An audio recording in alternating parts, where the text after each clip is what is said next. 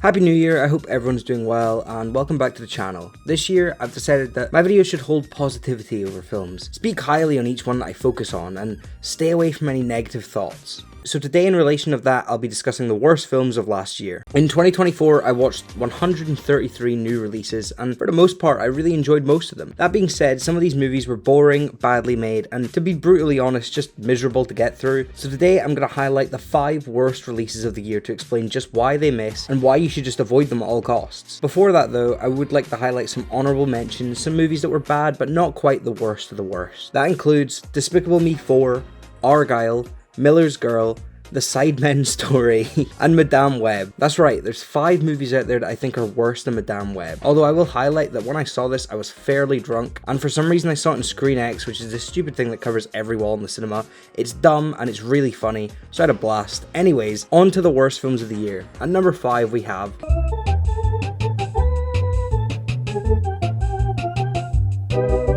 I will definitely not be the first person to admit that the idea of musical biopics are incredibly overdone and lazy for the last few years at least.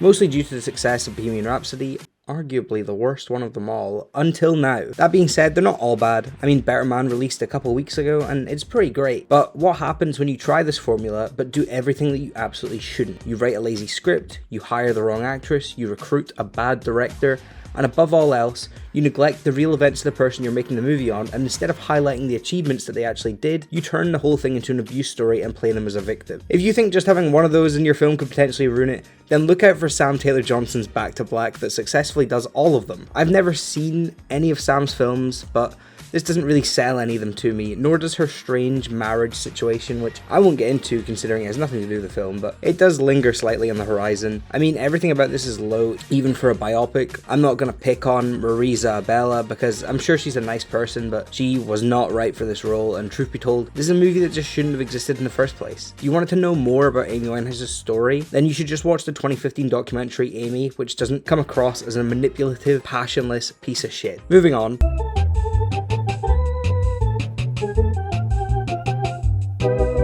God bless John Cena, because off-screen he appears like a very humble and down-to-earth person who I appreciate for his kind acts regarding charity work. However, one thing I do not appreciate about him is whatever deal he's made to appear in awful movies for Amazon Prime. Ricky Stenicki is bad, but Jackpot is one of those films that feels like those fake trailers you see in actual movies. The premise is somewhat creative, but is ruined by the cheap quality that the rest of the film holds, from its poorly designed sets to the awful technical choices. How can we discuss the worst parts of this film without addressing Awkwafina? Now listen, I understand a lot of people seem to absolutely despise her, and I completely get it, from the awful jokes and to whatever the hell this is. She's an actress that can clearly deliver some good performances. I mean, look at The Farewell. Her performance in that is so moving, and I thought that would be a great step for her in the future. However, she seems to be stuck in these typecast roles, resulting in annoying performances. One day she'll realize her worth and hopefully deliver better things, but anyway, Jackpot is a fake movie, it sucks. If you like these two, just watch The Farewell and, I don't know, The Suicide Squad. Cena's pretty fun in that.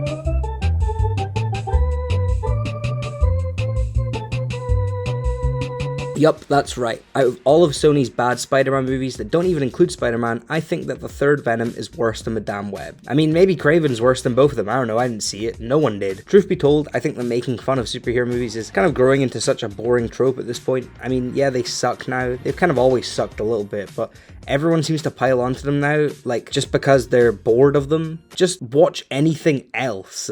Anyways, for those reasons, I'm going to speak very briefly about this film. I only saw it because I saw the previous 2 Venoms and decided, what's the worst that can happen? This is a miserable time, it's not even laughably bad, and it's just flat out boring. The only person in it that seems to be trying is Tom Hardy. Maybe because these movies have made him just utterly lose his mind. Honestly, who knows? To be honest, who cares anymore? They said they're not making any more of these. Let's just let them die and forget they ever existed and move on, please.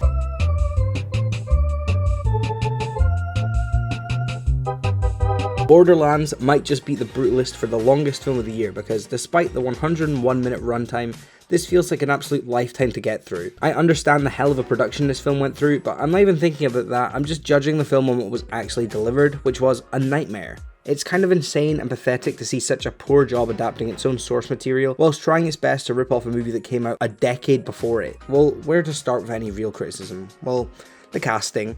Everyone's miscast, from Kate Blanchett to Kevin Hart. My brother in Christ, just stick to the Kais and that streams. It's over. Everyone's had enough of you. Same goes for Jack Black, really. He's in a similar boat of just accepting jobs to act in anything and everything when the world has really just had enough. But I'm gonna save my breath on criticizing him, because I feel like on the worst films in next year's list, there will be plenty to say about him. I'm so desperate to read the original script that people in Hollywood were praising at one point in time, but I fear that day's never going to come. Alas, I have to say, don't even watch this one out of curiosity. If you truly have any interest in Borderlands, you should just play the games, because they're at least original. Or at least the first two are. Finally, despite all of the trash I've spoken about so far, it's time for me to tell you what I thought was the worst movie of 2024. So without further ado, here is... Sorry, Jerry Seinfeld, I guess I must be part of the extreme left since I thought your movie was absolutely awful. Oh, actually wait, you backtracked on your statement when you realised how stupid it sounded. Seems like some comedians just can't commit to the Ricky Gervais levels of blaming anyone and everyone for the fact that your jokes just aren't very funny. For the people that didn't see Unfrosted, which, to be honest, might just be everyone, it follows a battle between two cereal brands to create a jelly-coated pastry for breakfast. Before I begin going crazy in a mindless rage at this film, I will say everything I like. The idea to do this movie in a parody of the space race is actually kind of a funny idea. And that's it. Okay, time to go into the juicy stuff. The movie lacks in any real talent that people enjoy or really find funny.